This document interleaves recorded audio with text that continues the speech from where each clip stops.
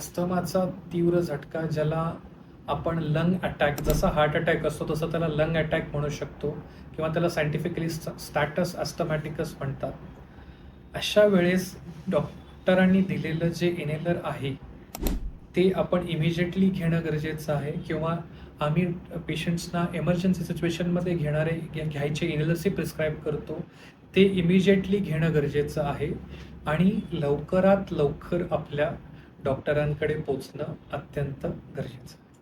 आणि जर आपण अजून डॉक्टरांकडे पोचू शकत नसू तर पॅनिक न होणं, कारण इमोशनल स्ट्रेस किंवा पॅनिक झाल्यामुळे अस्थमा वर्सन होऊ शकतो. त्यामुळे शांत राहणं, आपलं एमर्जन्सीचं इनेलर घेणं, प्राथमिक घेणं गरजेचं आहे.